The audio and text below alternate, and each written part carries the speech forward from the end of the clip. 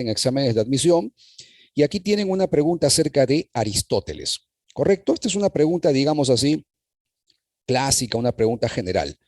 No es, digamos, de los temas últimos, ¿no? Pero de todas maneras, ustedes comprenden que en el examen de admisión de San Marcos viene preguntas variadas, preguntas surtidas. El hecho de que aparezca un tema no implica que va a venir necesariamente sobre ese tema. Ha habido casos en que en el examen de admisión han venido preguntas de temas que no aparecen en el prospecto.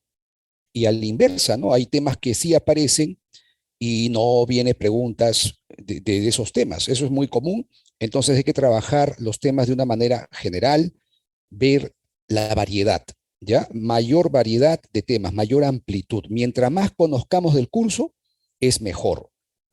Muy bien, ya están dando las claves, perfecto. A ver, me dicen la C, algunos están marcando la B. Hay una discrepancia entre la B y la C. La definición clásica del hombre planteada por Aristóteles considera al hombre como un animal político. ¿A qué alude esto? La palabra polis, como ustedes recordarán, dentro de lo que es el contexto griego, se refiere a la comunidad, a la ciudad-estado, ¿no es cierto? Y entonces Aristóteles sostenía que el hombre, para poder vivir, para poder desarrollarse como tal, pues necesita de la comunidad. La tesis de Aristóteles es una tesis contraria al individualismo moderno, por ejemplo.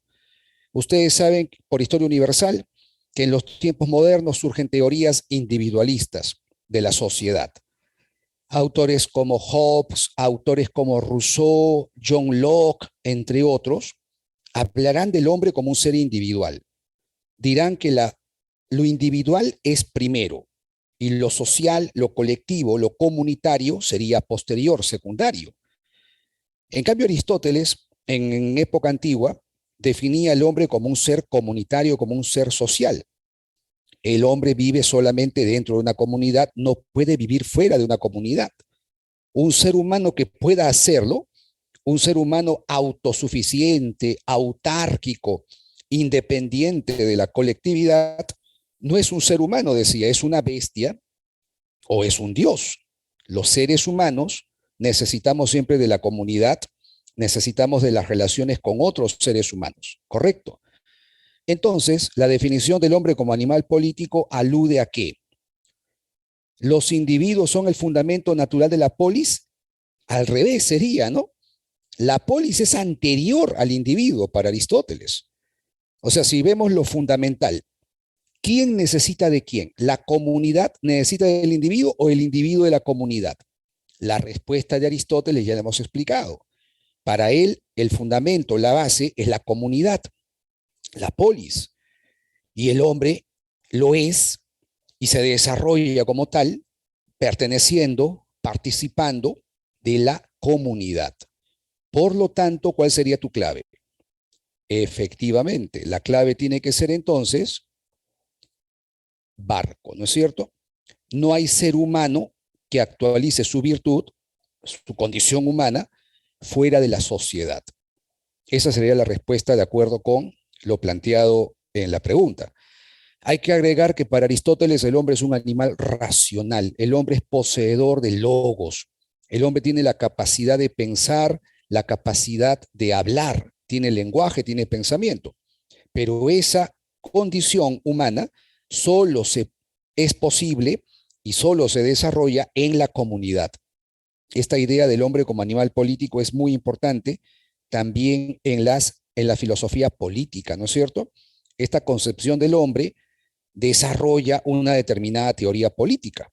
Si concibo al hombre de una manera, voy a entender la vida social, las instituciones sociales, al Estado, al poder político de una manera determinada. Todos sabemos, por ejemplo, que se desprende de la concepción individualista. Tú has escuchado hablar de Rousseau, por ejemplo. Rousseau hablaba del hombre como un ser individual, como un ser que nace libre e independiente. Rousseau hablaba de un estado natural. Para Rousseau hay un estado primero, hay un estado originario del hombre. Él hablaba de un estado de naturaleza.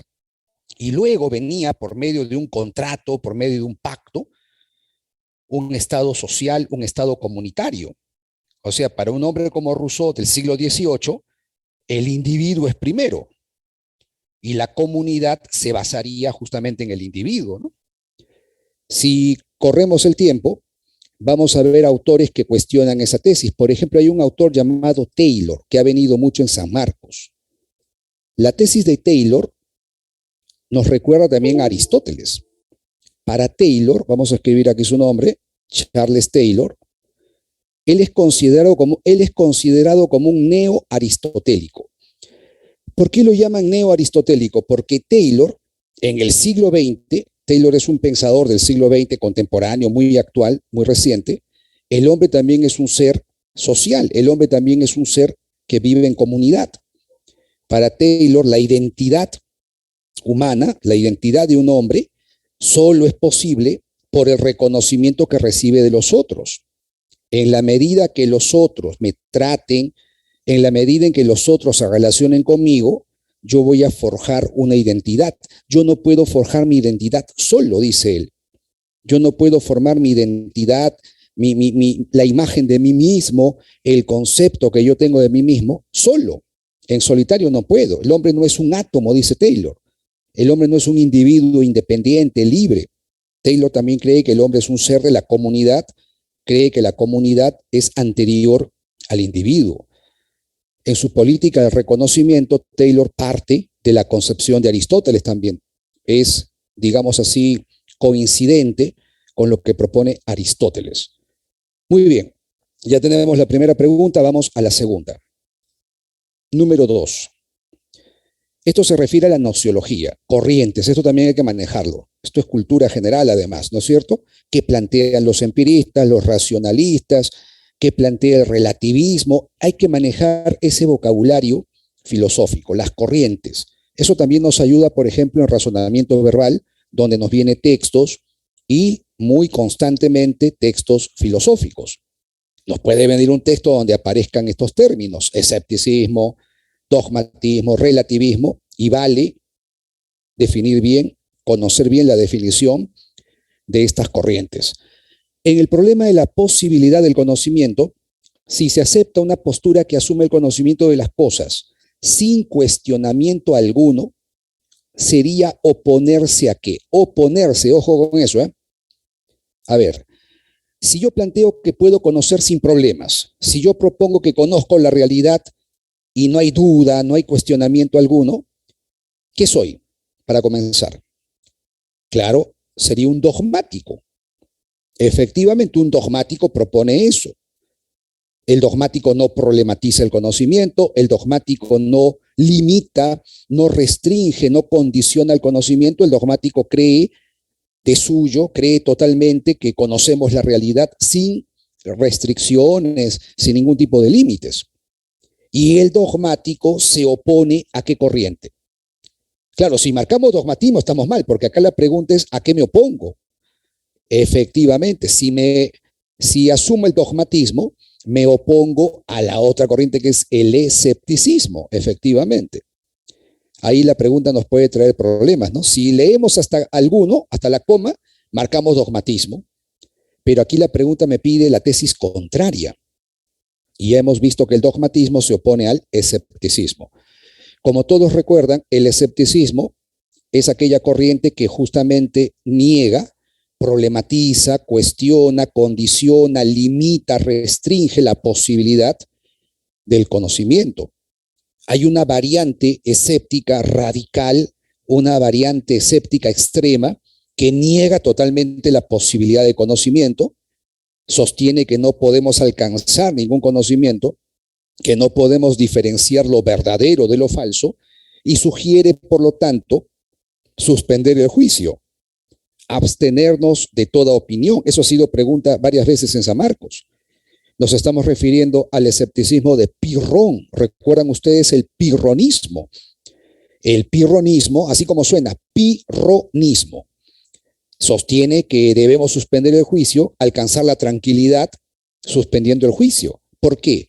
Porque no podemos decidir si algo es verdadero o es falso. Porque hay argumentos equipolentes, dice, ¿no? La equipolencia.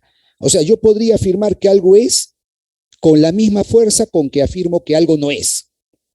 ¿Correcto? O sea, yo puedo decir, por ejemplo, tal acción es correcta y argumento, pero también podría argumentar del mismo modo que esa acción es incorrecta.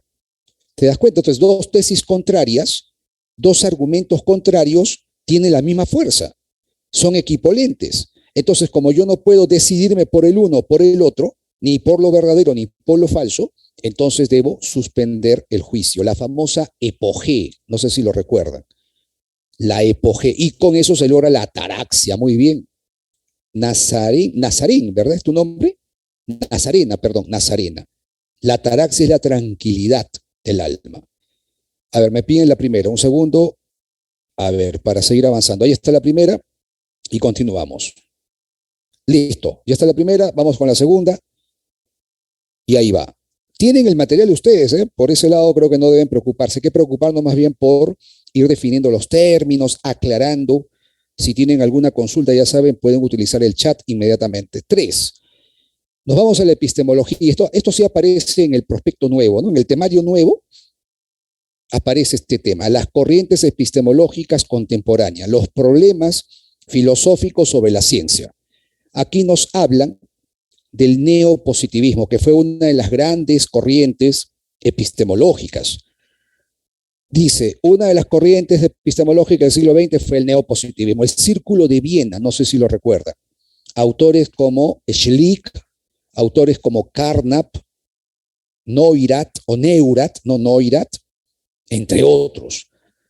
El Círculo de Viena fue una tendencia. El neopositivismo tiene varias corrientes, ¿no? O sea, tiene varias líneas.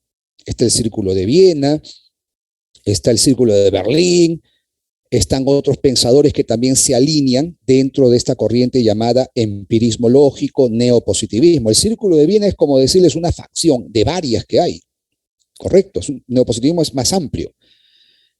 Y dice, se destacó por el análisis del método científico y de la metafísica. Eso fue pregunta en San Marcos también, tocaron ese punto hace poquito. Ciencia y metafísica. Recuerdan el problema de la demarcación. El Círculo de Viena, el neopositivismo del Círculo de Viena, planteaba una concepción científica del mundo. ¿Recuerdan ustedes? En esta concepción científica del mundo, ellos consideraban pues que la filosofía tiene un papel bastante especial. En una concepción científica del mundo, el papel de la filosofía simplemente es de análisis lingüístico. La filosofía, tal como lo planteaba Wittgenstein en su primer periodo, ¿recuerdan a Wittgenstein? La filosofía es una actividad de análisis lingüístico. El Círculo de Viena proponía que la filosofía tiene que analizar de manera semántica y de manera sintáctica el lenguaje de la ciencia. Entonces, profe, ¿qué es semántico? Semántico se refiere a significados. Correcto. Los términos que utilizamos tienen un significado. Los enunciados que planteamos tienen un significado, ¿no? Una referencia. Ya, eso es lo semántico. Y lo sintáctico se refiere al orden lógico. Cuando tú formas una oración, sigues un orden lógico, hay un patrón lógico. Yo digo, el vaso está sobre la mesa. Ahí notamos que hay un orden entre las palabras. Los términos tienen un orden lógico. Si se varía ese orden lógico, se puede romper el sentido de la oración. Entonces, a eso se refiere con lo sintáctico. La filosofía hace un análisis semántico y sintáctico del lenguaje científico. De esa manera, el Círculo de Viena proponía que se puede lograr dos cosas. Mira qué interesante. Por un lado, aclaramos el lenguaje. Obtenemos un lenguaje claro, preciso, riguroso. Obtenemos un lenguaje exacto. Es justamente lo que la ciencia requiere. Tú entiendes que el conocimiento científico tiene que expresarse en un lenguaje claro, preciso, riguroso y exacto. Los científicos tienen que utilizar un lenguaje pues donde los términos estén bien claros, bien definidos, que sean muy precisos, que no haya ambigüedad, que no haya confusión. Eso por un lado. Y por otro lado, el análisis del lenguaje científico nos permite identificar a la metafísica. Analizando el lenguaje yo puedo saber que un enunciado o un término es metafísico. Y cuando para el neopositivismo un enunciado o un término es metafísico, ¿recuerdan? ¿Cómo separamos a la ciencia de la metafísica? ¿Cómo establecemos el límite entre la ciencia y la metafísica? Ellos hablaban de un principio. el principio de verificación. Lo recuerdan, ¿no? Un enunciado, un término tiene que ser verificable, tiene que ser, como se dice, debe tener referencia en los hechos. Si yo hablo del alma, el alma es inmortal. Si yo hablo del espíritu, si yo hablo de una fuerza vital que hay en los seres vivos, que tienen una fuerza, un impulso, eso es metafísico. ¿Por qué? Porque no se puede verificar, porque no se puede traducir a algo observable. Pero si yo hablo, por ejemplo, del sistema nervioso central, si yo hablo de la actividad de la corteza cerebral, si yo hablo de la médula espinal, ¿qué función cumple? Es evidente que eso sí se puede verificar. Todos podemos observar, experimentar con la corteza cerebral, con la médula espinal, pero no con el alma. Entonces ahí tienes la gran diferencia que hay entre ciencia y metafísica, ¿correcto? Entonces ya tenemos la clave. La causa de la metafísica, ¿cuál sería? ¿Por qué surge la metafísica? ¿Por qué hay enunciados metafísicos? Porque se usa mal. ¿Qué cosa se usa mal? Se usa mal el lenguaje. Efectivamente, ¿no? El análisis lingüístico nos revela, como les dije, por un lado, que tiene que haber un lenguaje claro, preciso, un lenguaje fisicalista, como decían ellos, un lenguaje que tiene sentido, un lenguaje significativo, con contenidos, con lógica. Y eso es lo que corresponde a la ciencia. Pero al mismo tiempo, también descubrimos que hay enunciados que no tienen contenido, que no tienen lógica, enunciados que son disparates, enunciados que son absurdos, sin sentidos. Eso es la metafísica. ¿De acuerdo? El Círculo de Viena recoge lo que planteaba Wittgenstein, no lo olviden, ¿no?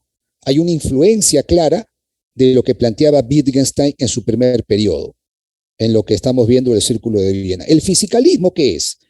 El fisicalismo, como me preguntan en el chat, es la tendencia que dice que todo lenguaje tiene que traducirse en términos de observación.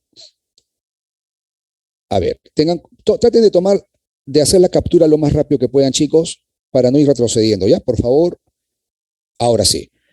Les comentaba que el fisicalismo es esta propuesta del Círculo de Viena, donde todo lenguaje, para que sea científico, tiene que traducirse en términos de observación. ¿Correcto? Entonces, si yo hablo del alma, claramente me doy cuenta que estoy hablando de algo que no tiene capacidad de observación. O tú puedes observar el alma, o tú puedes experimentar con el alma. Entonces, hablar del alma no tiene referente en hechos, ¿no? No se refiere a nada real, no hace referencia a un estado de cosas real, efectivo.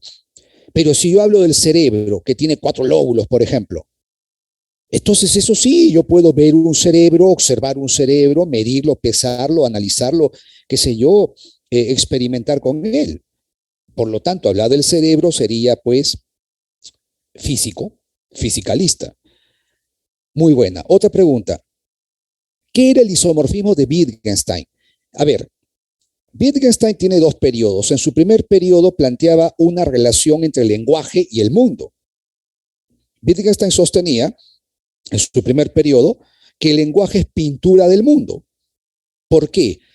Porque él suponía que hay una forma lógica en el lenguaje y en el mundo. Esa forma lógica es la misma. La forma lógica del mundo, la estructura lógica de la realidad, es la misma estructura lógica que se ve en el lenguaje.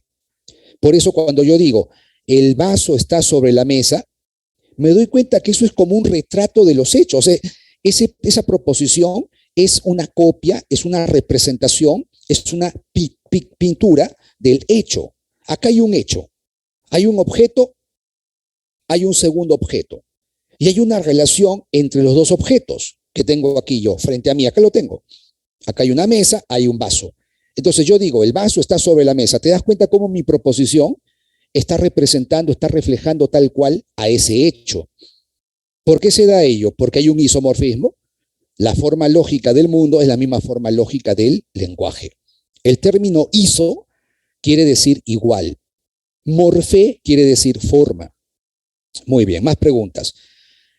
La pseudociencia de la que habló Popper se relaciona con la metafísica, claro. Claro que sí. Para Popper también hay que ver cómo separamos lo científico de lo no científico, ¿no es cierto? Él también habla del criterio demarcatorio.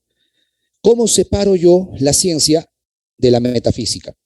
Él planteaba otro principio, el principio de falsación, el principio de refutación. Solo que para Popper la metafísica tampoco es tan mala. El Círculo de Viena rechaza totalmente a la metafísica. Tiene una postura totalmente negativa, despectiva frente a la metafísica. Correcto, el Círculo de Viena rechaza la metafísica así de manera rotunda.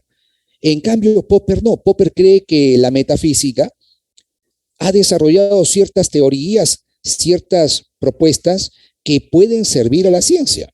Él pone ejemplos de cómo teorías metafísicas luego han servido como base, como fuente para lo que vienen a ser teorías científicas futuras. El atomismo, por ejemplo. Tú sabes que el atomismo, ¿dónde se desarrolló primero el atomismo? A ver, cultura general, historia de la ciencia. El atomismo surgió en la época moderna. Dalton inventó el atomismo. Thomson, Rutherford, Bohr, ellos inventaron esta propuesta científica de la realidad. No, el atomismo surgió en la Grecia antigua, en la filosofía. Demócrito, Leucipo, ellos eran metafísicos. ¿Por qué? Porque no hicieron experimentos, ellos no trabajaron en laboratorios, todo fue pura especulación. Pero vemos cómo esta teoría especulativa luego sirvió para el desarrollo de la teoría atómica, científicamente, ¿sí o no? Muy bien, ¿más preguntas? A priorismo se refiere a la teoría de Kant. Immanuel Kant hablaba de factores a priori, de una estructura a priori. La palabra a priori quiere decir independiente de la experiencia. Para Immanuel Kant, en la mente tenemos unas formas a priori que nos permite organizar el conocimiento, ordenar el conocimiento. El conocimiento es como una construcción. Tenemos el material que nos da la experiencia y tenemos esas formas a priori de la razón. Estas formas a priori ordenan, organizan el material de la experiencia. Y así es como resulta pues el conocimiento. Muy bien. Muy bien. A ver, un segundito, me envían un mensaje. Ah, ya, ok. Ok, listo. Otra pregunta. Me preguntan ahora por el segundo Wittgenstein. Resumiendo, el segundo Wittgenstein se aparta, se aleja, cuestiona lo que planteaba en su primer periodo. Lo que planteó en el primer periodo, Wittgenstein lo revisa, lo critica, termina alejándose de esa propuesta. Wittgenstein hará lo que llaman un giro pragmático, es decir, cambia hacia una perspectiva pragmática del lenguaje. Nos dirá que el lenguaje, en su segundo periodo, es una caja de herramientas. Comparará, hará una analogía entre las palabras y las herramientas, los instrumentos. Las palabras funcionan, tienen usos, ¿no es cierto?, igual que herramientas. Ahí nos dirá entonces que el criterio de la significación es el uso. Las palabras no tienen una esencia inmutable, fija. Las palabras se usan. Y ahí también viene el tema de las formas de vida, que las palabras se utilizan en un determinado contexto, por así decirlo. Una palabra en un contexto adquiere un significado. En otro contexto, la misma palabra puede tener otro significado. Entonces, las palabras son herramientas, son instrumentos. El lenguaje es una caja de herramientas, dirá, en el segundo periodo. En ese segundo periodo también hablará de los juegos lingüísticos, justamente. Juegos lingüísticos. Isaac pregunta si el neopositivismo se asocia al cientificismo. También han criticado al neopositivismo por cientificista, efectivamente, porque si tú solamente admites el conocimiento científico, dejas de lado un montón de aspectos que son muy importantes en el análisis, por ejemplo, en la sociedad, en el análisis ético, en el análisis estético. Claro, porque mira, si tú me estás diciendo, un enunciado tiene sentido cuando es verificable, cuando hay hechos a los que corresponden. Entonces, ¿qué pasa, por ejemplo, con la justicia? ¿Qué pasa cuando hablamos de la libertad? ¿Qué pasa cuando hablamos, por ejemplo, de la belleza? Estaría fuera de lo que se puede expresar con sentido, ¿sí o no? O sea, estás eliminando cualquier otro elemento de conocimiento que no sea la ciencia. Estás reduciendo todo lo que es lenguaje al lenguaje científico.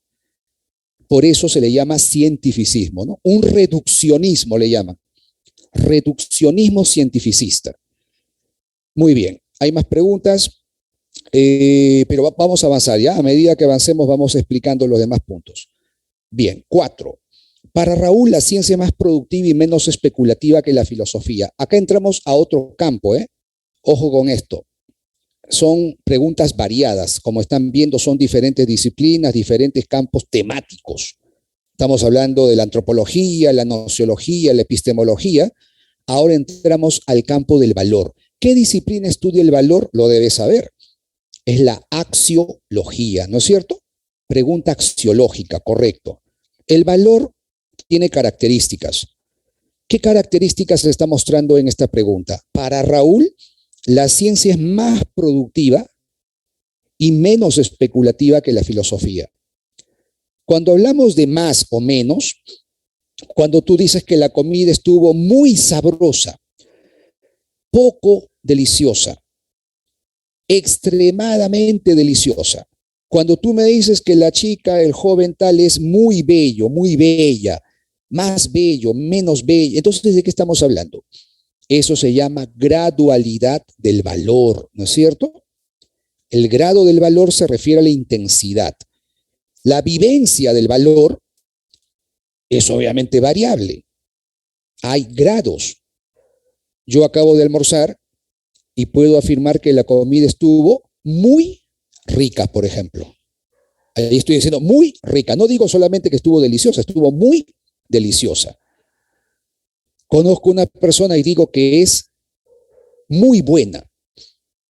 O si digo comparando, esta persona X es más buena, más honesta que esta persona Y.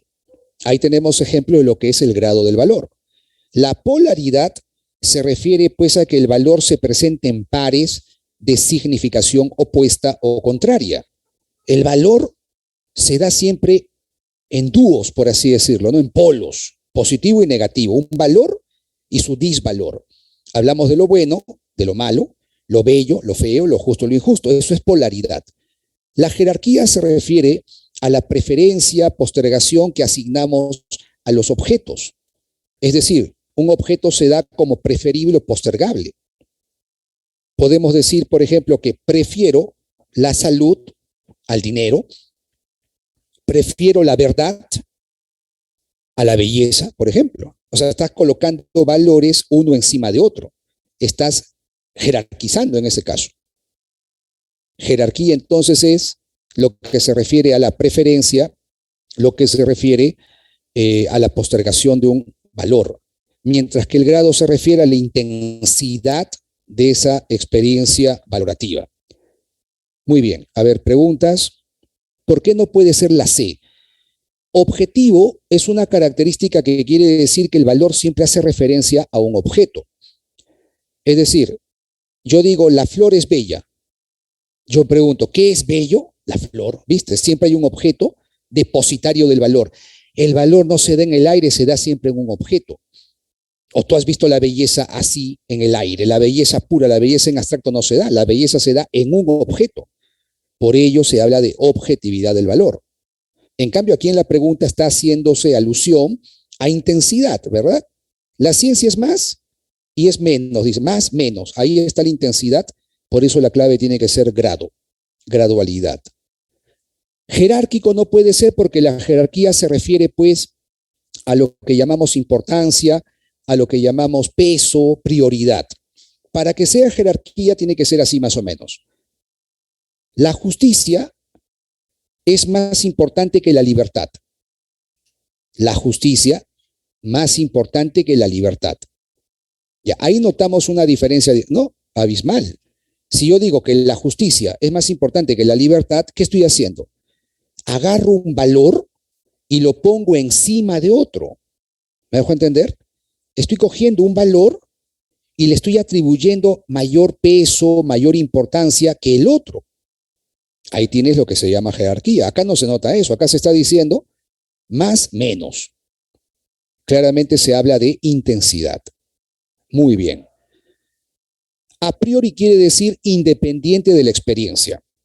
La palabra a priori se traduce así, que no depende de la experiencia. Es un término vinculado con la filosofía kantiana. ¿no? Es Kant quien hablaba pues de a priori, ¿no? Conocimientos a priori.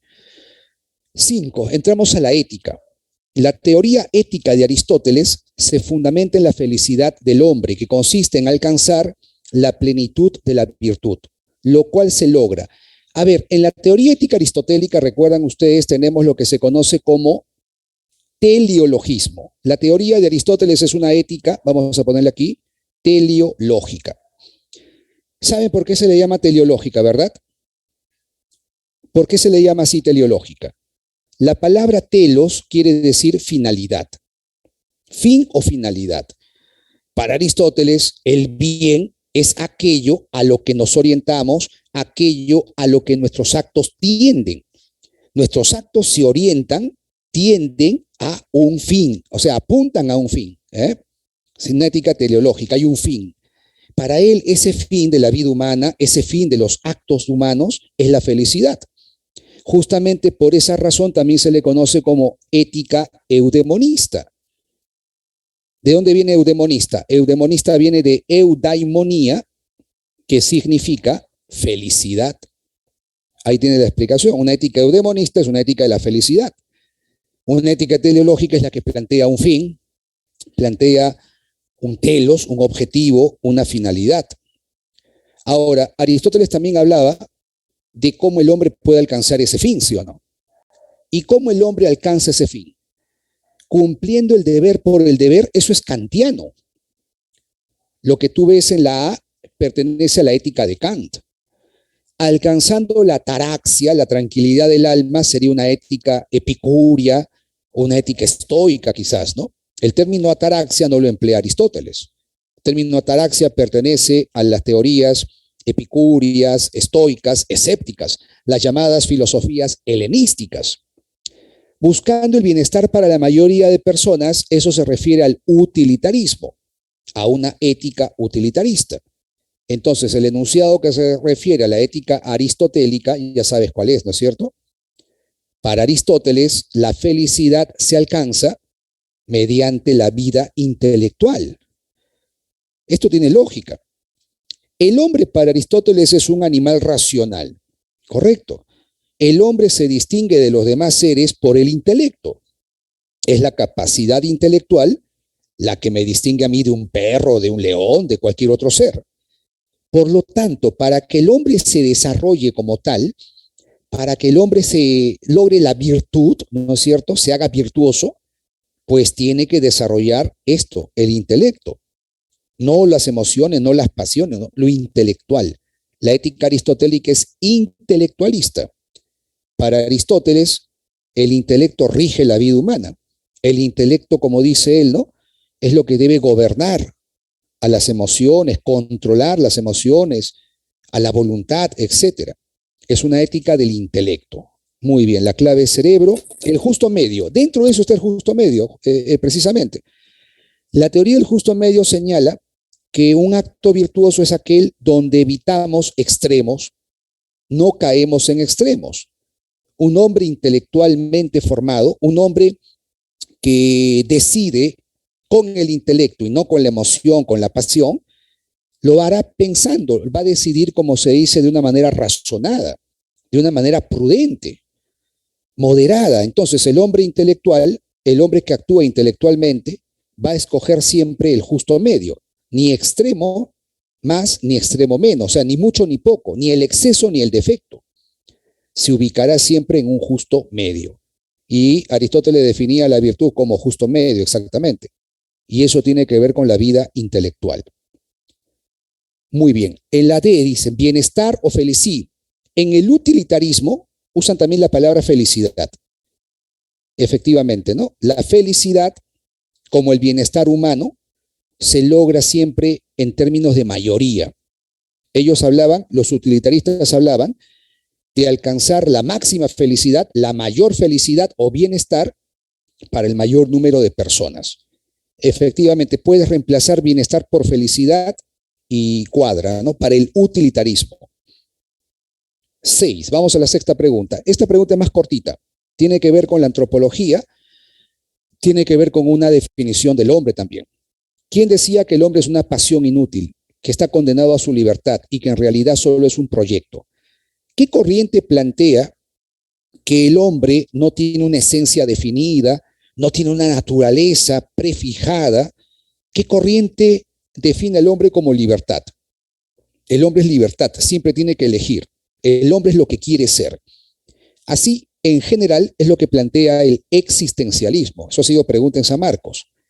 Para los existencialistas, el hombre no tiene una esencia fija, el hombre no tiene pues una vida marcada por el destino, por una providencia. Es decir, en tus acciones, en tu vida no hay una fuerza externa. Eso implica que el motor, digamos así, de mis actos, lo que determina mis acciones, no está fuera de mí. No es la sociedad, no es un Dios, no es los genes, lo biológico, no es algo externo. ¿Dónde está la causa de mis actos? En mí mismo, o sea, en mi libertad, en mi propia decisión. Sartre decía por ello, el hombre está condenado a ser libre. Sartre decía, el hombre no es libre de dejar de ser libre. El hombre es libertad. El hombre es lo que quiere ser. La respuesta sería Sartre, Jean-Paul Sartre. Efectivamente. En el caso de Marx, tú recuerdas, definía al hombre como el conjunto de las relaciones sociales. En el caso de Nietzsche, hablaba del hombre como un animal enfermo, ¿recuerdan? Como una especie de, como un tránsito hacia una forma superior de hombre, ¿no? El superhombre, el hombre superior. Y en el caso de Cassirer, definía al hombre como un animal simbólico. El hombre, más que un animal racional, es un animal simbólico. Muy bien, avanzamos con la número 7. Las verdades se adaptan a las circunstancias de los pueblos o a las épocas de la historia. Y si hay un conocimiento que no cambia, como las matemáticas, es solo por un acuerdo entre los hombres. Esta es una idea que corresponde con qué tesis nociológica.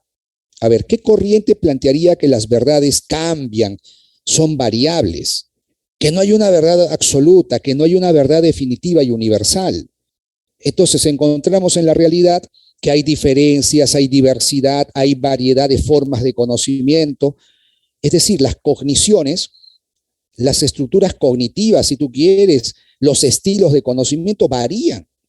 Lo que para un pueblo es una cosa, en otro pueblo es otra cosa, eso está claro. Entonces, esta es una propuesta relativista. Creo que no hay dudas con esa clave, ¿verdad? A ver, vamos a chequear. Muy bien, todos han marcado la D, tiene que ser. Cassirer planteaba la idea del hombre como animal simbólico. Cuando se refiere a animal simbólico, se refiere al hecho de que el hombre ha desarrollado una cultura. ¿Y qué es una cultura? La cultura es ese tejido que tiene que ver con la simbolización humana, lo que él llamaba el aparato simbólico humano, el lenguaje, los mitos, la religión, el arte, la ciencia. Entonces el hombre habita en un universo, habita una realidad construida por él mismo. Es decir, cuando tú ves las cosas, es tu interpretación de las cosas. No tienes un contacto directo con las cosas, no hay un contacto directo con el mundo físico, sino con un mundo simbólico. Si yo veo ahí una pared, entonces esa pared que yo estoy conociendo es una construcción de mi cabeza, en base a la cultura de la que soy parte. Efectivamente, si yo acá veo un celular, ¿tú te imaginas que verá un hombre de otra comunidad, o sea, de otro pueblo? ¿Tú te imaginas un hombre de otro contexto, de otra comunidad? No va a haber un celular. Yo veo un avión, otro hombre de repente lo representa como un pájaro. Entonces, eso significa que el hombre es animal simbólico. El hombre, para Marx, es un ser social, se puede decir, encaja, según lo que dice Carla, ¿no? En el chat. Él decía exactamente, la esencia humana consiste en el conjunto de las relaciones sociales. Esa es la definición marxista, literal, ¿no? El hombre es la esencia humana es el conjunto de las relaciones sociales. El hombre no es un ser individual, no es un ser aislado, sino que también es parte de ese entramado, de ese tejido que son las relaciones sociales de producción. 8. Volvemos a la epistemología. Acá está Karl Popper. Ya hablaron de Popper, me preguntaron por Popper, vamos a responder esta pregunta directamente. La investigación científica debe promover la búsqueda de mejores teorías que expliquen la realidad y que tengan como característica principal. El criterio demarcatorio para Popper es la falsación. Para Popper, un enunciado es científico en la medida en que es refutable, falseable. Si tú planteas una teoría irrefutable, claro, tú dirás, profe, yo planteo una teoría irrefutable, entonces es científica. No, para Popper no. Para Popper el conocimiento científico es falible, perfectible. Una teoría irrefutable no es ciencia, eso es religión, eso es metafísica. Los datos, las afirmaciones que dan los científicos, al referirse a la realidad, pueden ser falseadas, tarde o temprano. Un conocimiento científico entonces se evalúa, se determina por esa falsabilidad, por esa refutabilidad. Entonces la clave aquí sería cerebro, ¿no es cierto? Ahí estamos. Muy bien el chat. Cachimbo, dicen por acá, excelente. Nazarena, muy bien. Muy bien, todos han marcado la C, creo que no ha habido gran inquietud, no ha habido gran duda. Muy bien, avanzamos. Avancemos. Ahí va la pregunta número 9. Esta pregunta es de axiología, si nos damos cuenta. Habla del valor. Teoría axiológica. Si Lorena sostiene que un objeto de cualquier clase adquiere valor cuando se le presta cualquier tipo de interés, entonces Lorena estaría de acuerdo con él. ¿Qué corriente plantea que un objeto no tiene valor en sí mismo? Ningún objeto vale de por sí. El valor del objeto lo determina el sujeto, el hombre, por así decirlo. Que algo me interesa, me gusta, me agrada, me satisface alguna necesidad, tiene valor. Eso se llama subjetivismo. La teoría contraria sería el objetivismo. Para un objetivista, el valor es anterior, el valor es previo, el valor es independiente del sujeto que valora. Ahí tenemos dos grandes teorías axiológicas, subjetivismo y objetivismo.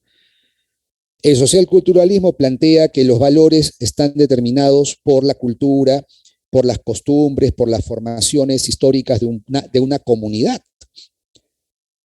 El eudemonismo ya explicamos que se refiere pues a la ética de la felicidad.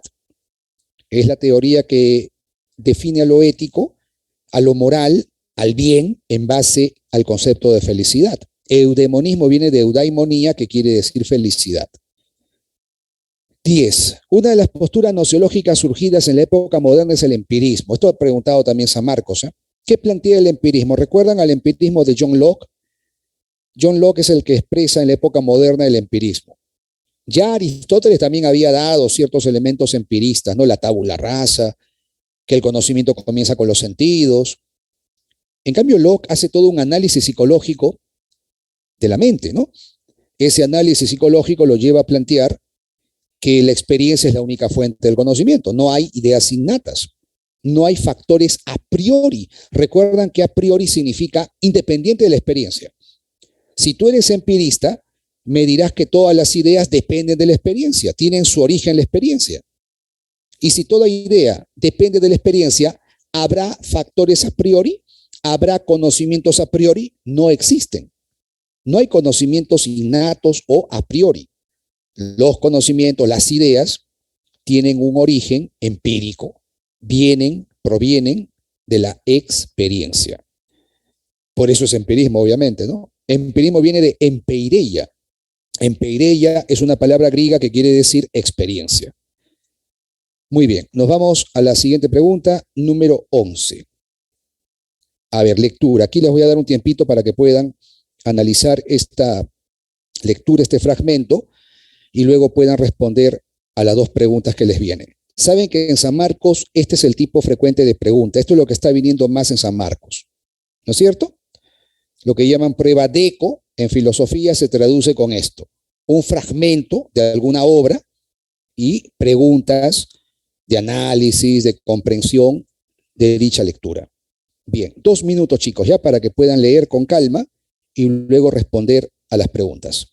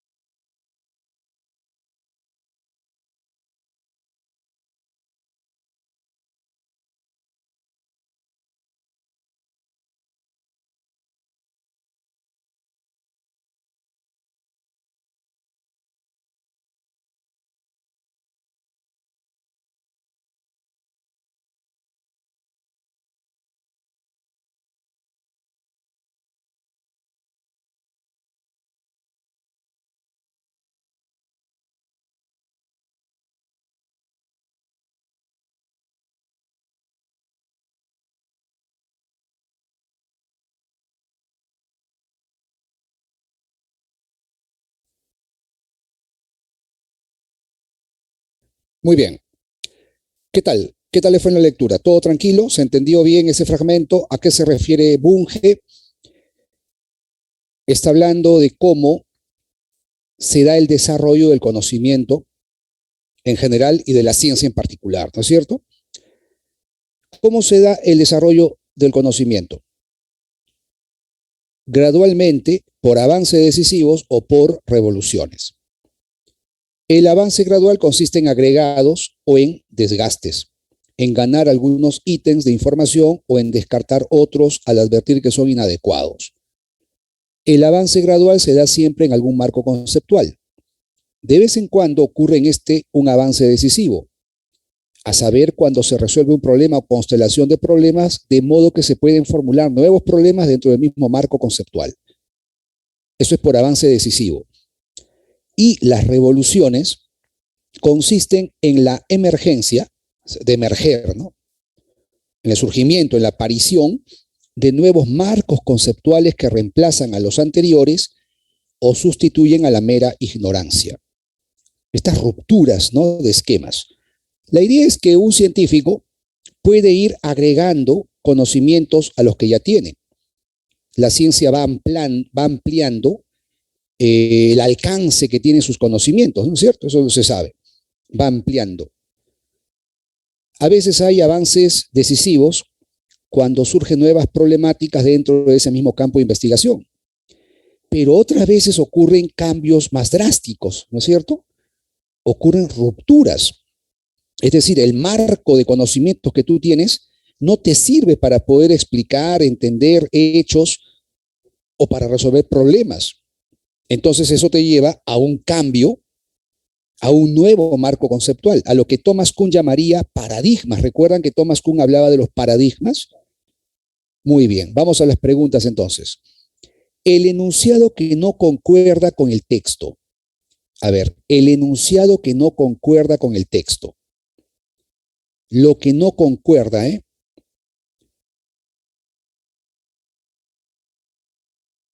¿Cuál no concuerda? Muy bien. Ahí se indica lo que son las tres formas del desarrollo científico. Cambio por revolución, que produce un nuevo marco conceptual, el cambio gradual que se produce dentro de un mismo marco conceptual, el cambio gradual que se da por agregados o desgastes. Entonces la clave muy bien es agua. El avance gradual solo se da con agregados. No solamente hay agregados, también hay desgastes. ¿Qué no dijo el autor? Recordemos la lectura. Gradualmente por avances decisivos o por revolución. El avance gradual consiste en agregados o en desgastes. Ganar algunos ítems de información o descartar otros al advertir que son inadecuados, incorrectos. Acá dice, solo se da con agregados. Ahí está lo falso, ¿no es cierto? Eso es lo que no concuerda. Muy bien. Y la siguiente pregunta. De acuerdo con el texto, ¿qué tipo de avance del conocimiento se logró cuando se cambió la teoría geocéntrica por la teoría heliocéntrica? ¿Tú has escuchado que el paso del modelo geocéntrico al modelo heliocéntrico, ¿qué fue? ¿Fue un avance gradual? O sea, ¿amplió el conocimiento existente o fue una revolución? De acuerdo con el texto, sería un ejemplo de qué? De revolución. ¿Por qué? Porque es un cambio de lo que llama el autor el marco conceptual. El marco de conceptos, el marco teórico, el paradigma, si tú quieres, ¿no? Geocéntrico es totalmente distinto al paradigma heliocéntrico. Cuando se da un nuevo marco, se denomina revolución. Ahí la clave es la C, por lo tanto. Muy bien, muy bien. Han acertado la mayoría. Vamos a la siguiente pregunta. Igual, minuto y medio para leer esto y pasamos a las preguntitas.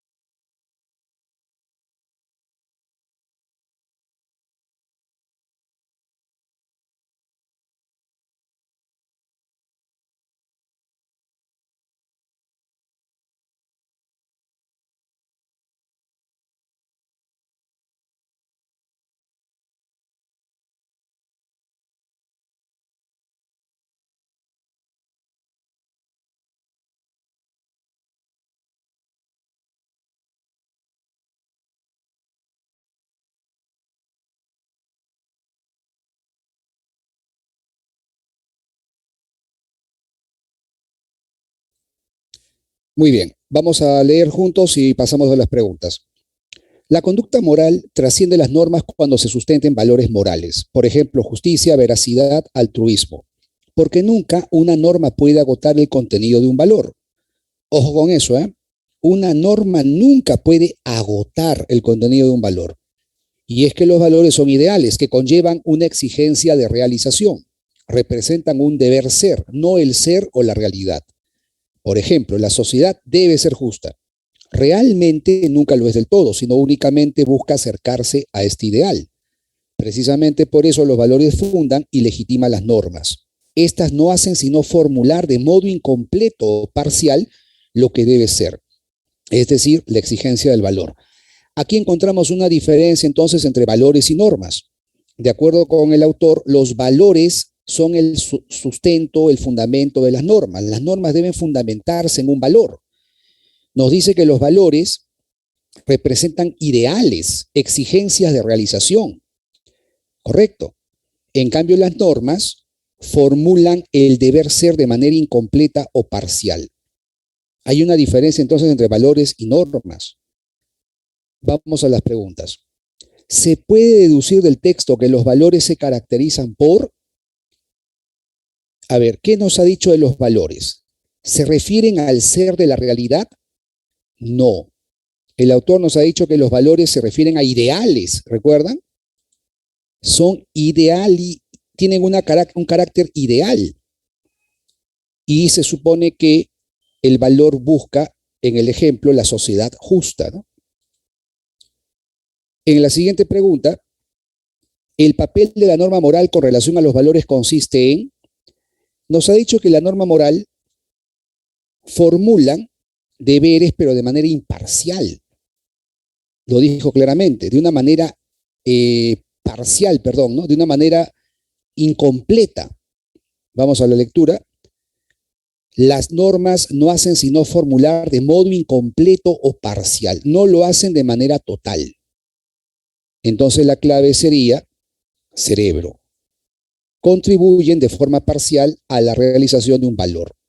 Esa es la diferencia entre valores y normas. Muy bien. Vamos a la siguiente pregunta, que viene lo más interesante para muchos. A ver, entramos a la estética. En estética, ya creo que todos ustedes saben, encontramos a la disciplina filosófica que estudia, que se refiere a la belleza o al arte también. Hay varias definiciones de estética. La mayoría concuerda en que su objeto de estudio es la belleza. Algunos lo extienden al arte, a los productos del arte. La palabra estética viene del griego aístesis, que quiere decir sensación, ¿correcto? De ahí viene la palabra estética, aístesis, que significa sensación. Pero si preguntamos por estética como disciplina filosófica, esta estudia la belleza o el arte también. ¿Qué dice el texto? Intentar exponer qué entiende hoy día el mundo filosófico por estética es una tarea muy complicada hasta el punto de poder afirmar que nadie hoy se atrevería a dar una definición no problemática de la estética. Comprender tal complejidad requiere conocer el origen de esta disciplina y su sucesiva historia. La estética como disciplina filosófica específica es uno de los productos más propios del pensamiento moderno. Su origen, en efecto, se atribuye a Baumgarten, quien en 1750 publicó su Estética, con la intención de reconducir al ámbito del saber científico el conocimiento sensible. Acá nos explica que la palabra ístesis quiere decir sensación o percepción, incluida la belleza. Sin embargo, quizás sea más cercano a la verdad atribuir a Kant el nacimiento de la nueva disciplina y la importancia que la filosofía sucesiva le atribuyó. Con Kant, la estética cobra particular relevancia, convirtiéndose en una especie de sucedáneo de la metafísica presuntamente superada. Claro, un reemplazo de esa metafísica que Kant quiso superar. Su objeto de estudio comenzó siendo la belleza, con particular atención a la belleza natural, pero ya con el romanticismo fue reemplazado por el arte. De este modo, la estética se convirtió en filosofía del arte. Correcto, hablar de estética es hablar de la belleza, por extensión, el arte, porque se supone que el arte asume la belleza como valor central. Obviamente, tanto la belleza como el arte habían sido objeto de reflexión por parte de la tradición filosófica anterior, por supuesto. Muchos filósofos antes de Kant hablaron del arte, hablaron de la belleza. Platón, Aristóteles, San Agustín, Santo Tomás, el propio Descartes, hablaron ya de esos temas, pero a partir de una perspectiva distinta, metafísica, y sin pretender que su estudio constituyera una peculiar disciplina filosófica.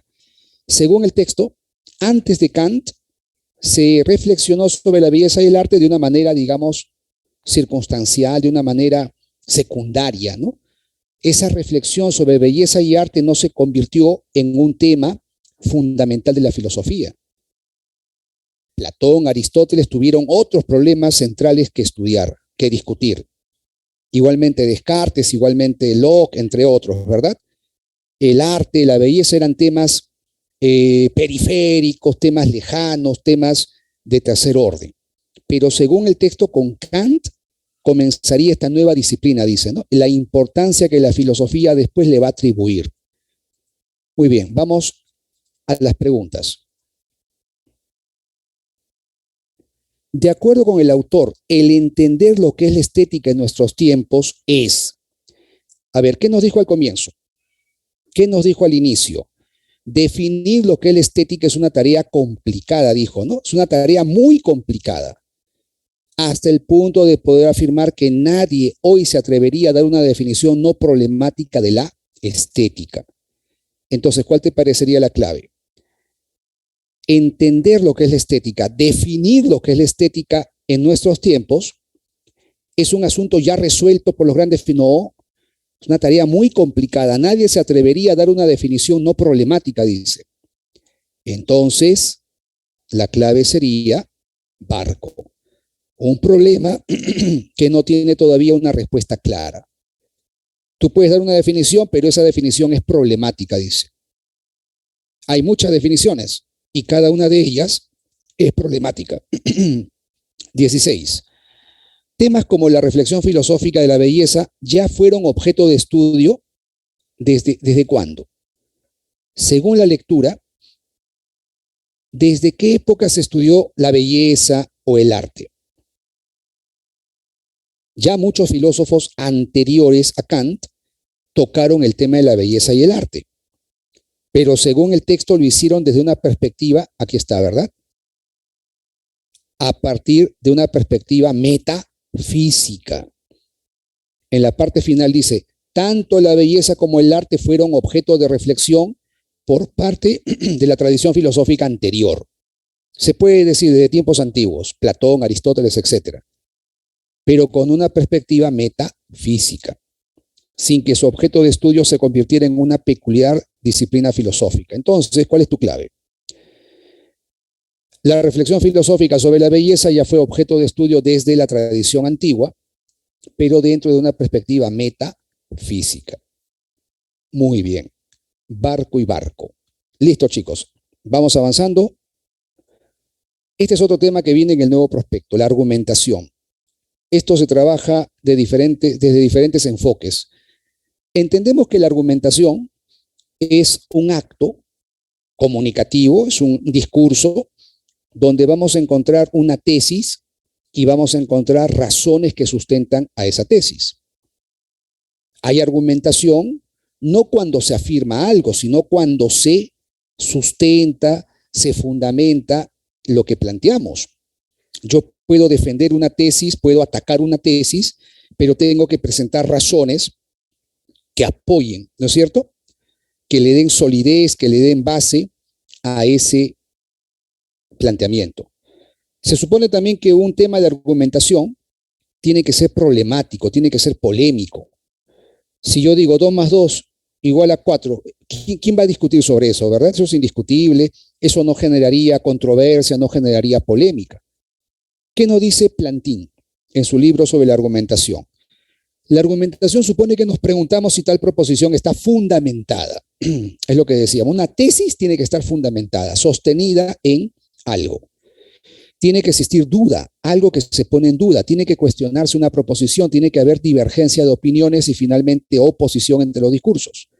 Solo puede haber argumentación si hay desacuerdo sobre una posición, es decir, confrontación entre un discurso y un contradiscurso. Tiene que ser una cuestión polémica. controversial. Si el oponente potencial no tiene la posibilidad de expresarse respecto a la proposición que sostiene el proponente, no hay argumentación posible. Está claro. Todo argumento va a tener un contraargumento.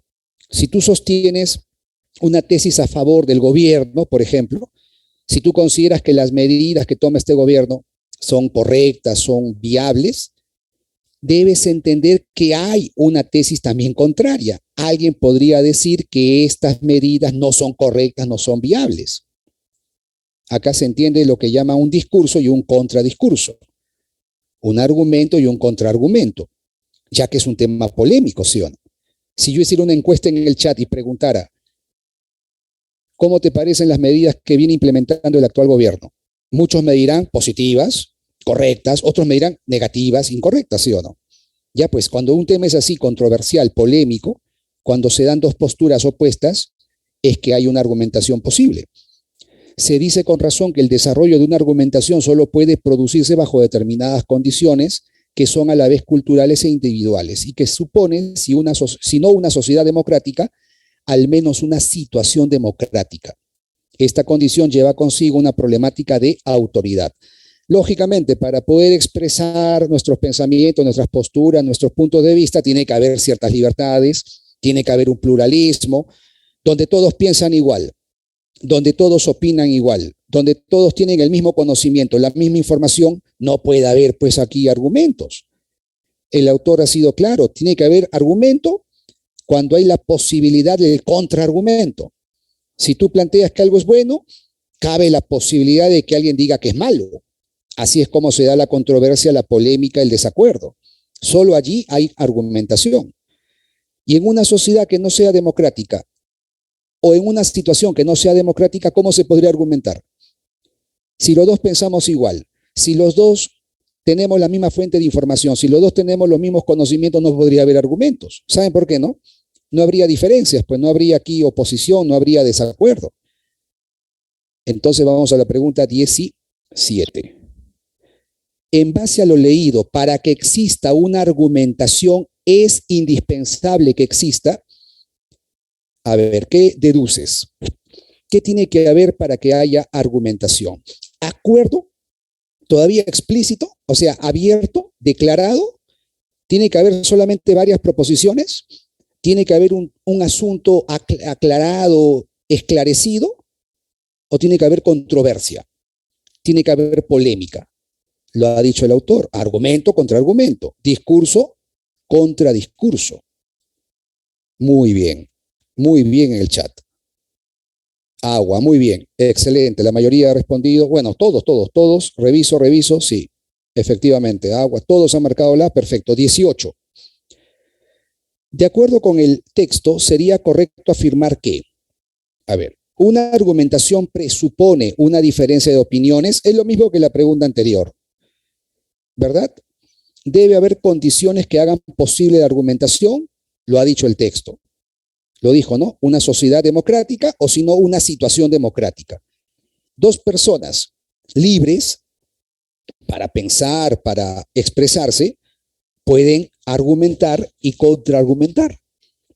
Si a una persona se le priva de esa posibilidad, no habría pues contraargumento. Eso es lo que ocurre en sociedades totalitarias, eso es lo que ocurre pues en sociedades cerradas, donde no existe esa libertad para pensar o para expresarse, donde no hay acceso igual a la información, al conocimiento.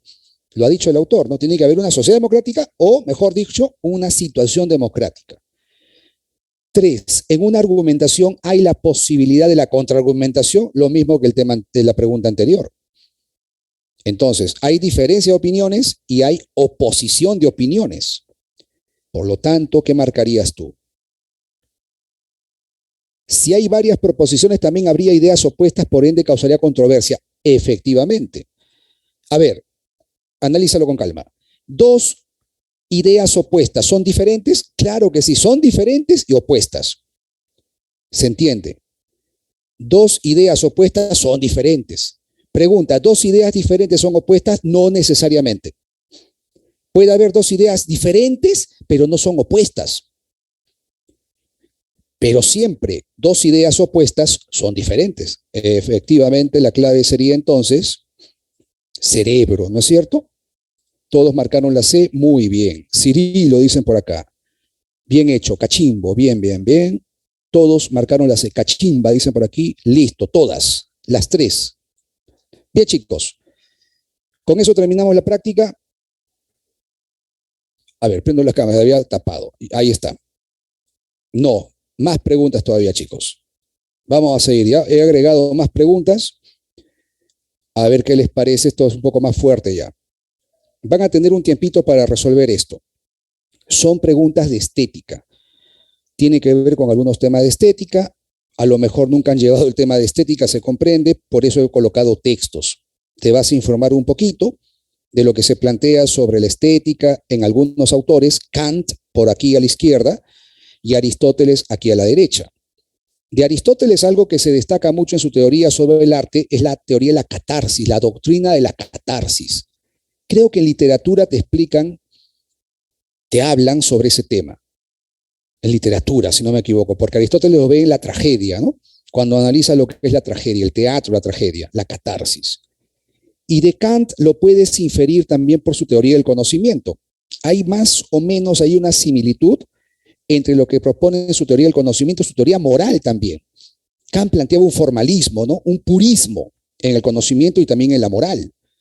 Algo similar ocurre con su concepción de la belleza.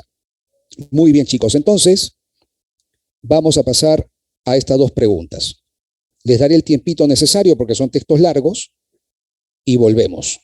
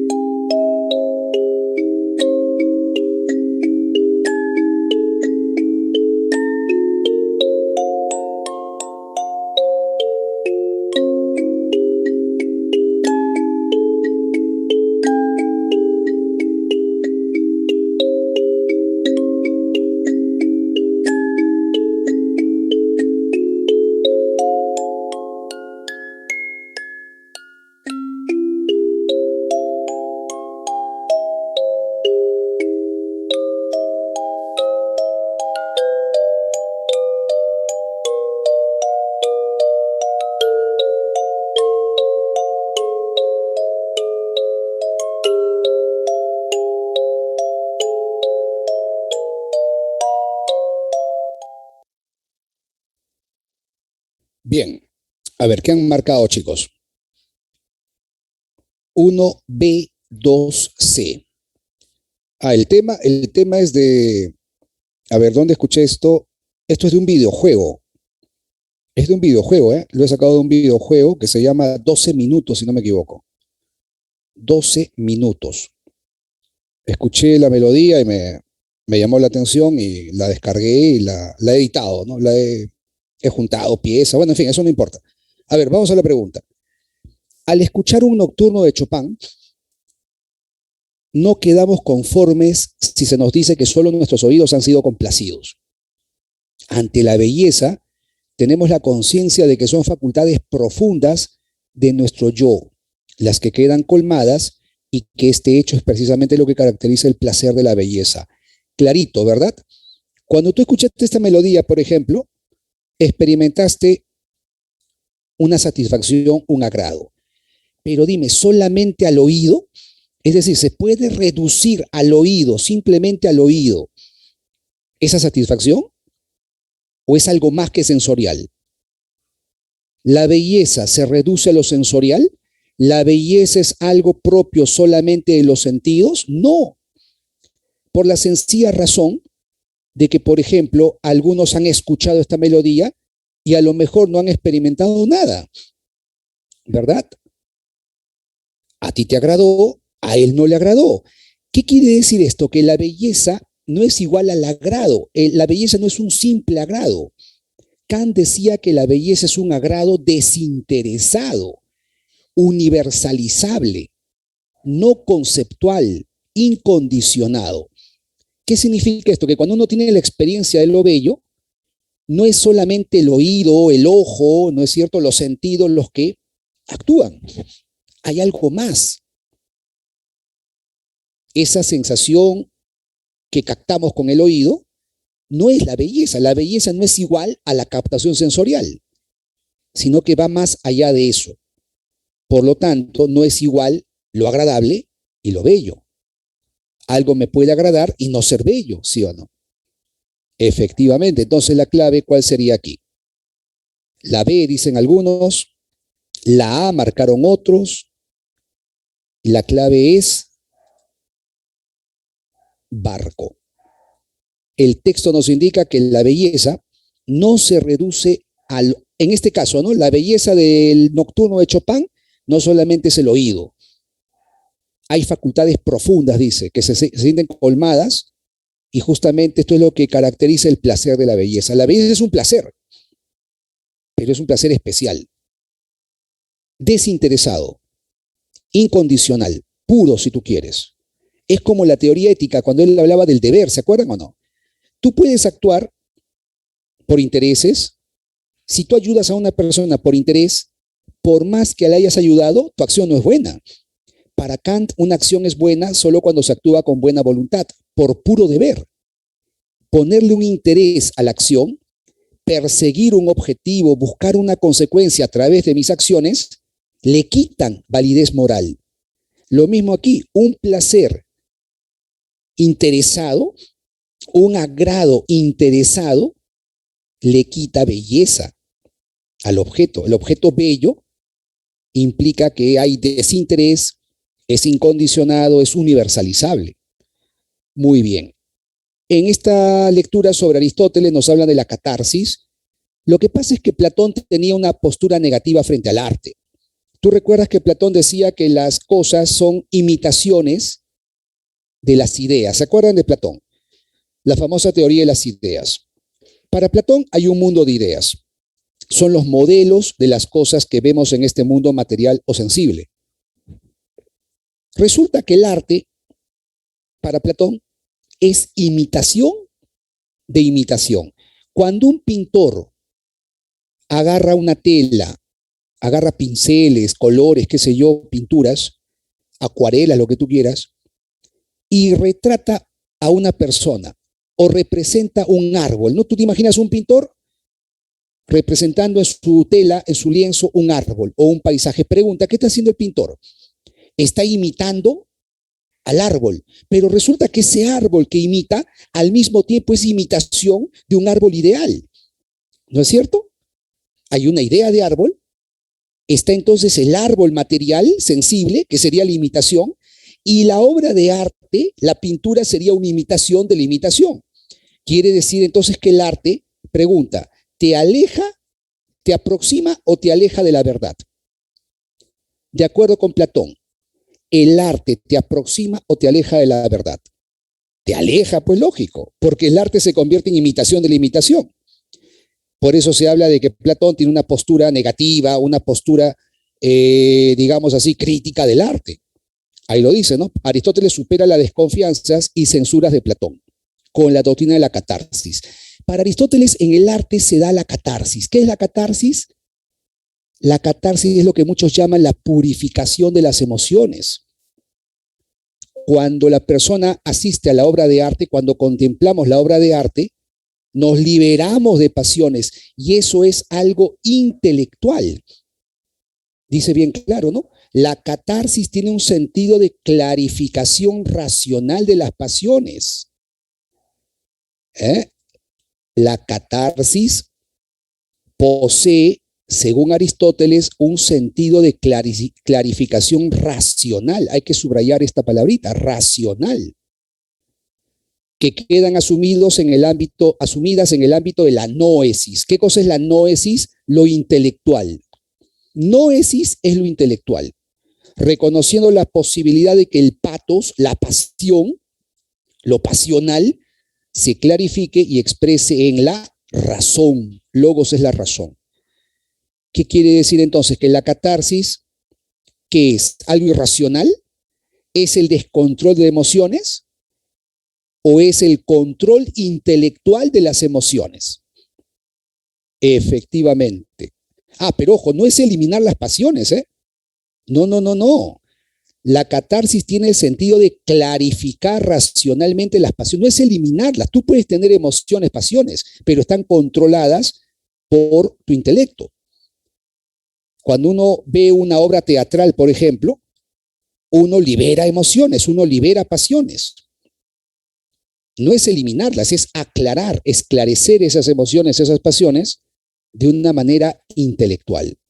Muy bien, entonces, según Aristóteles, él es intelectualista, no olvides, lo vimos en la ética. Aquí también se ve el intelectualismo. En su teoría de la catarsis también se advierte ese intelectualismo.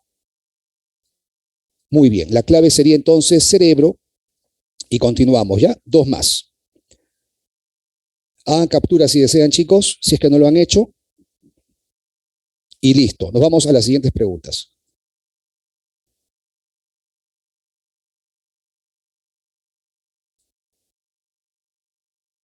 Listo, esto es sobre ética y ciudadanía. Vamos a trabajarlo juntos, ya que no hay lecturas. Para Victoria Camps, el respeto a los demás, la igualdad de todas las creencias y opiniones, la convicción de que nadie tiene la verdad ni la razón absolutas definen la virtud de la tolerancia. A ver, ¿qué es la tolerancia, muchachos? Todos entienden que la tolerancia es una virtud social, política, moral, que consiste en que no te crees dueño de la verdad. No me creo dueño de la verdad. Yo no tengo la verdad, no tengo la razón absoluta. La persona que está frente a mí puede estar en la verdad y yo equivocado. Lo que yo planteo puede ser un error y esta persona estar en lo cierto. Esa es una visión tolerante. La otra persona tiene una diferente opinión, de repente opuesta a la mía, y yo por eso no la voy a censurar, yo por eso no la voy a eliminar o a menospreciar. Entonces, ¿qué permitiría la tolerancia? La tolerancia permite prácticas democráticas, ¿no es cierto? La tolerancia, dice la autora, es el fundamento de una comunicación democrática. Toda comunicación democrática, toda interacción democrática presupone tolerancia, ¿correcto? Pero aquí la pregunta es, la negación o supresión de dicha virtud, o sea, si no hay tolerancia, ¿qué pasaría? Esa es la pregunta. ¿Qué tipo de política habría si no hay tolerancia? Efectivamente, lo mencioné hace rato, ¿no? Sería una sociedad, un sistema, una comunicación totalitaria. Correcto. La pregunta es, ¿la negación de la tolerancia llevaría a prácticas totalitarias? ¿Qué significa totalitarias? Yo soy el dueño de la verdad. Yo tengo la verdad, yo tengo la razón, tú estás equivocado. Plantees lo que plantees, tú estás equivocado. Eso es totalitarismo, pues. Y como considero que estás equivocado, no deberías hablar.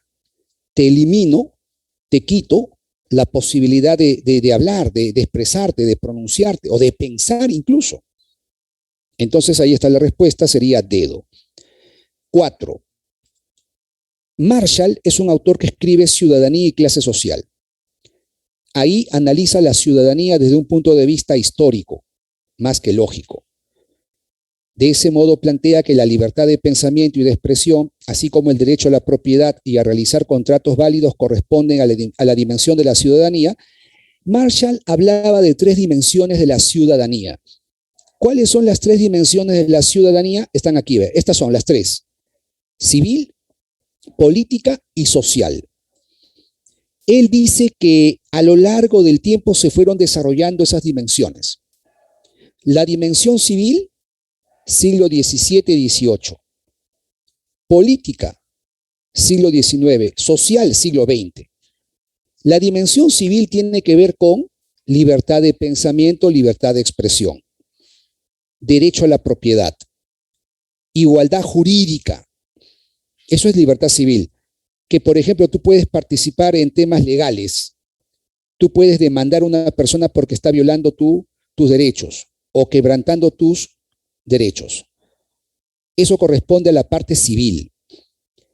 Participar, ser parte de la vida política, ahí lo dice claramente, ¿no? Por ejemplo, vienen elecciones.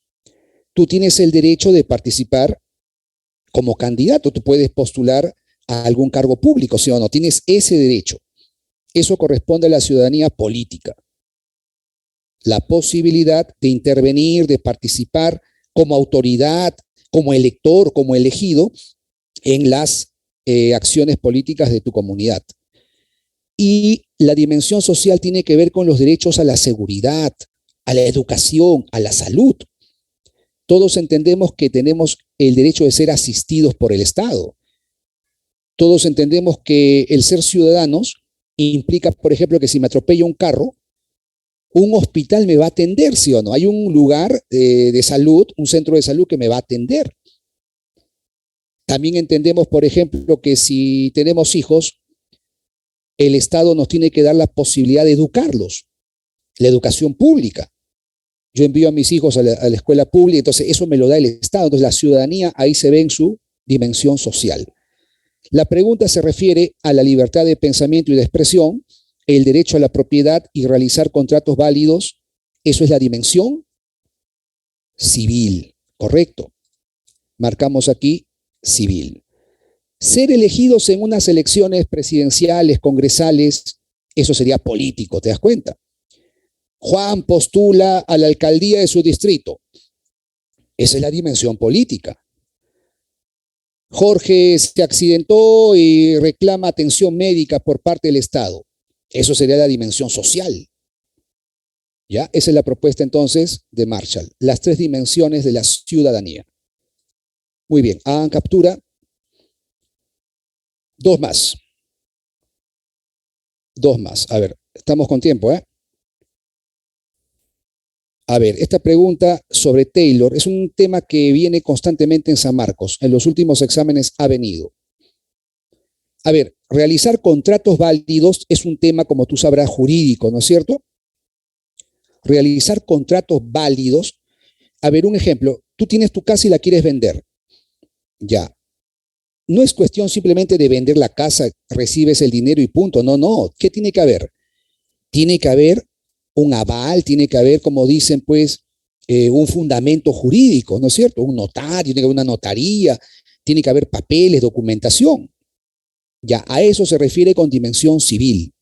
Realizar contratos válidos que 2 partes se entiendan y tomen parte de un contrato, un acuerdo validado por la ley, eso es el punto, ¿no? Un acuerdo validado por la ley. El matrimonio, por ejemplo, tú sabes que es un contrato, ¿sí o no? Cuando tú te casas por civil, como le llaman, ¿no? Ese es un acuerdo, es un contrato. Tú estás haciendo un pacto. y te avala, se supone, el Estado, ¿no? Tú no vas a la calle, ya me caso, no, pues ese no tiene ninguna validez. No, no, tiene que haber una autoridad, tiene que haber un representante de lo jurídico, ¿te das cuenta? Esa es la dimensión civil. Listo, respondamos esta pregunta. El hecho de que yo descubra mi propia identidad no significa que lo haga aisladamente, sino que la he negociado a través del diálogo, en parte abierto, en parte interno con los otros. Ya lo hablamos. Taylor considera que el hombre no es un ser atómico, él está en contra del atomismo político. Para él no hay atomismo político, no tiene validez esa teoría que ve al hombre como un ser individual, aislado, que solo forja su identidad. Para Taylor la identidad se forja en diálogo con los demás, ¿no es cierto? En las relaciones que establecemos con los demás. Mi propia identidad depende decisivamente de mis relaciones dialógicas con los demás. Entonces, ¿qué se desprende de esto? Allá, acá te preguntan al revés, ¿eh? Taylor es multiculturalista. A ver, recuerda, él es multiculturalista. Él es comunitarista. ¿Sigue de alguna manera la teoría aristotélica? Sí, lo llaman neo-aristotélico. Lo explicamos hace rato. Y se opone ¿a qué? ¿Qué es lo que cuestiona? ¿Qué es lo que critica? Critica el individualismo, va a criticar lo que él llamará en la teoría política moderna el atomismo. Critica, rechaza el atomismo político, efectivamente. ¿Qué es el atomismo político? El individualismo liberal, la creencia de que el hombre es un ser libre, autónomo, independiente, que solo puede desarrollar y formar su identidad. Contra eso va Taylor. Muy bien. Claro, de alguna manera se ajusta a la teoría aristotélica, sí, coincide de algún modo con Aristóteles. Repito, lo llaman en muchos libros por eso neo-aristotélico. El posmodernismo plantea específicamente con Lyotard el fin de los grandes relatos, el fin del proyecto moderno. Para Lyotard, que es un posmoderno, la modernidad se agotó. El proyecto moderno fracasó, no se ha cumplido, ni se va a cumplir. Eso se muestra en la caída de los grandes relatos. Ilustración, marxismo, capitalismo, son los grandes relatos de la modernidad que se han mostrado como falsos, no se han cumplido, han fracasado. Y con ellos, obviamente, el proyecto moderno ha caído, ha llegado a su fin. Por eso Lyotard hablaba de la condición posmoderna. Efectivamente. Muy bien. Una más, chicos. Una más. ¿Puede ser una más o ya están cansados? ¿Qué dicen? A ver. Sí, profe. Seguimos. Listo. A ver, una más de argumentación. La argumentación es una actividad social. Salvo las reflexiones personales con uno mismo, siempre se argumenta dentro de un contexto de interacción con otros, porque se presenta el problema de cómo persuadir sobre algo o de cómo defender o atacar una tesis. Y por tanto se pretende que otros acepten dichas proposiciones o que por lo menos tuvieran que aceptarlas si cumplieran con ciertas reglas. En esta concepción es importante el rol que cada uno de los participantes de la argumentación asuma, es decir, más o menos activo, que va desde las discusiones de café hasta los debates parlamentarios o jurídicos en un tribunal colegiado. A ver, la argumentación se puede analizar desde 3 puntos de vista, 3 enfoques, que aquí en las alternativas se muestran, ¿ya? Los 3 enfoques, las 3 concepciones de la argumentación son el enfoque formal, el enfoque material y el enfoque pragmático. Esto está de relleno. El enfoque formal ve el aspecto lógico. Tú sabes perfectamente que en un razonamiento, en una argumentación, están las llamadas premisas y está la llamada conclusión, ¿sí o no?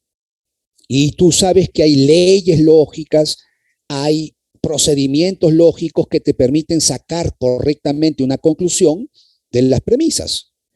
Ese es el aspecto formal, el enfoque formal, lógico si tú quieres.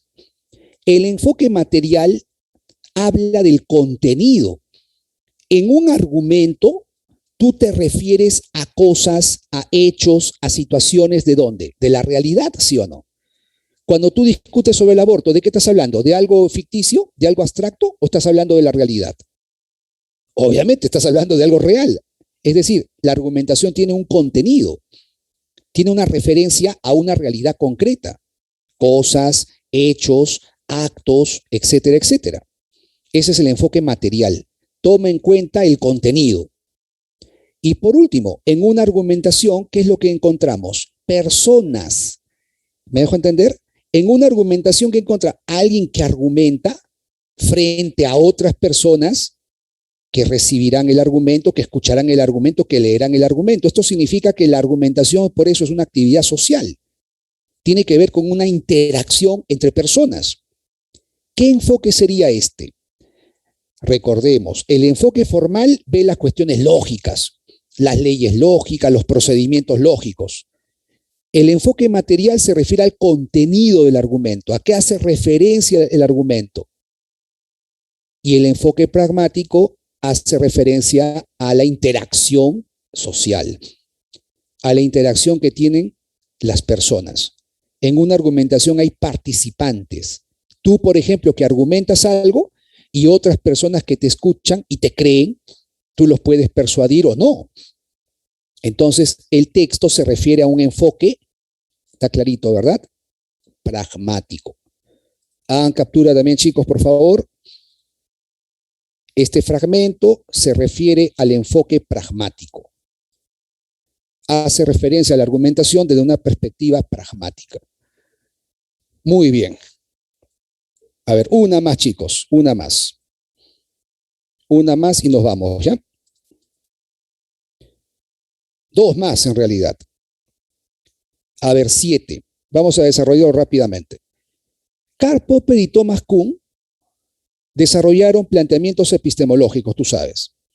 Popper, por ejemplo, decía que el desarrollo científico es progresivo, ¿no? Popper creía que el desarrollo de la ciencia, del conocimiento, es progresivo. Por ensayo y error progresa. Acumula. Él plantea una visión de acumulación del conocimiento. Hoy día conocemos hoy día conocemos 10, mañana conocemos 20, pasado mañana conocemos 100. Hay un desarrollo progresivo de la ciencia. Acumulativo. Eso es para Popper. En cambio, para Thomas Kuhn, tú recuerdas que él habla de revoluciones científicas, ¿no es cierto? Hay paradigmas, revoluciones científicas. ¿Qué son las revoluciones científicas? Cambios de paradigmas. No son ampliación de paradigma, no es agregados al paradigma, es sustitución del paradigma. Entonces, el desarrollo científico sufre quiebres, rupturas. ¿Me dejo entender? Podríamos decir lo siguiente, para Popper el conocimiento científico avanza así, acumulativo, de menos a más. En cambio, para Thomas Kuhn el conocimiento científico es cíclico, el desarrollo de la ciencia es circular. No tiene entonces progreso, no hay progreso en el conocimiento científico. Tenemos un paradigma, el paradigma es reemplazado por otro paradigma, en una revolución, y entonces es como que vuelves, ¿no? Es como que das la vuelta. No hay entonces acumulación, crecimiento, no hay progreso. La clave en la 7 es cerebro. Última, historia de la ciencia. En este fragmento se habla de lo que es la teoría, las teorías astronómicas, ¿no? Es astronomía. Todos han escuchado hablar del modelo copernicano, del modelo de Ptolomeo. Tú sabes que Ptolomeo planteaba la teoría geocéntrica, Copérnico desarrolla la teoría heliocéntrica, Kepler desarrolla estas leyes sobre las órbitas planetarias, él introduce las órbitas elípticas, ¿no? Copérnico hablaba de órbitas circulares. A pesar del cambio que produjo el sistema de Copérnico, mantenía la idea de que hay círculos en las órbitas de los planetas alrededor del Sol, se describen formas circulares. Tycho Brahe también hace una modificación muy especial. Él mantiene que la Tierra está en el centro, pero a la vez dice que los planetas giran alrededor del Sol y el Sol gira alrededor de la Tierra, ¿no? Un cambio muy especial de estos modelos. El autor nos habla aquí entonces de grandes científicos de la época, renacentistas, siglo XVI, siglo XVII, lo que muchos llaman la revolución copernicana, la revolución científica de Copérnico. Enunciado compatible con el texto. Hay por lo menos un elemento común entre los sistemas copernicano y tolemaico. Repito, hay por lo menos un elemento común. A ver, Ptolomeo dice que la Tierra está en el centro inmóvil y que todos los astros giran alrededor de la Tierra. Copérnico sostiene que no es así. La Tierra tiene movimiento, la Tierra se mueve alrededor del Sol. El Sol entonces es el centro. Son diferentes sistemas, lógico, pero mantienen algo común. ¿Qué cosa es lo que mantienen en común? Lo dice la lectura.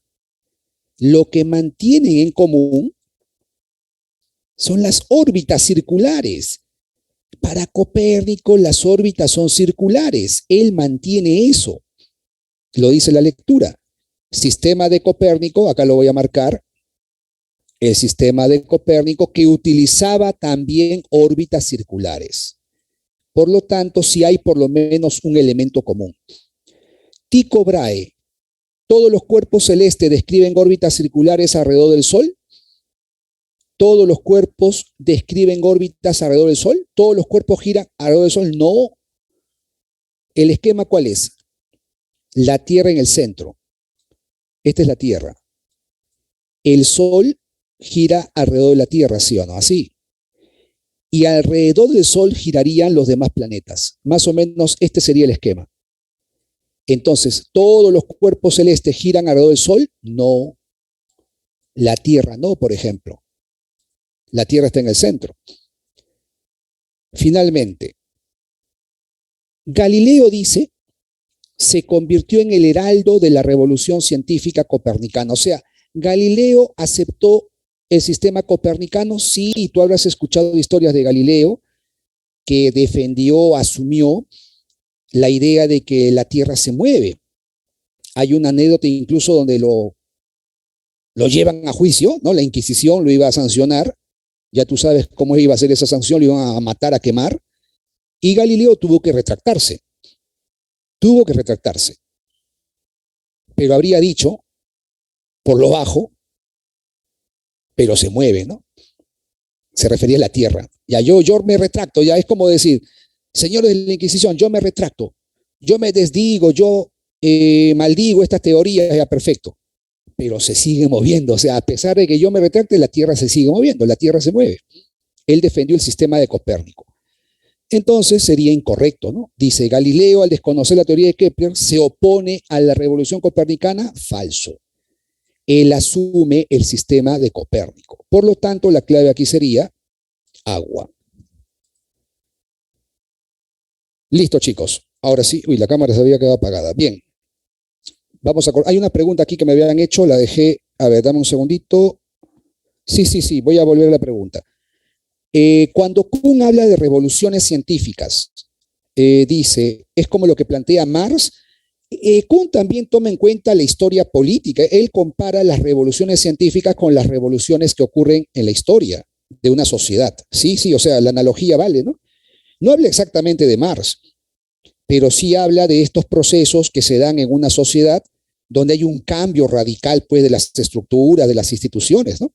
Por ejemplo, la Revolución Francesa fue un cambio radical en la estructura política y social ahí en Francia. Ya pues es igual a lo que pasa en la ciencia. Un paradigma reemplaza totalmente a otro paradigma. El paradigma nuevo sustituye al viejo paradigma. Así como un sistema político reemplaza a otro sistema en la sociedad, en la ciencia un paradigma reemplaza al otro. Son revoluciones. Él hace una analogía con las revoluciones políticas y sociales. Muy bien. Listo, chicos. Ya el tiempo nos ha vencido. La verdad que ha sido una jornada muy intensa. No hemos parado para nada. Hemos trabajado una buena cantidad de preguntas. Hemos visto temas nuevos de acuerdo con el prospecto. Ahora, tampoco vayamos a pensar que necesariamente va a venir preguntas solamente del nuevo prospecto. No. Puede que venga preguntas también de historia de la filosofía, los temas normales, tradicionales. Ya no hay que alarmarse.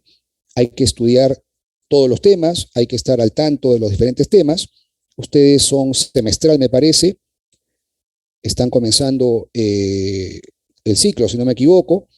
En todo caso, cualquier inquietud, cualquier duda, estamos también para apoyarlos. Está el foro, me parece que ya activado, y por ahí también pueden hacer sus preguntas, sus inquietudes. Bien, vamos a cortar aquí.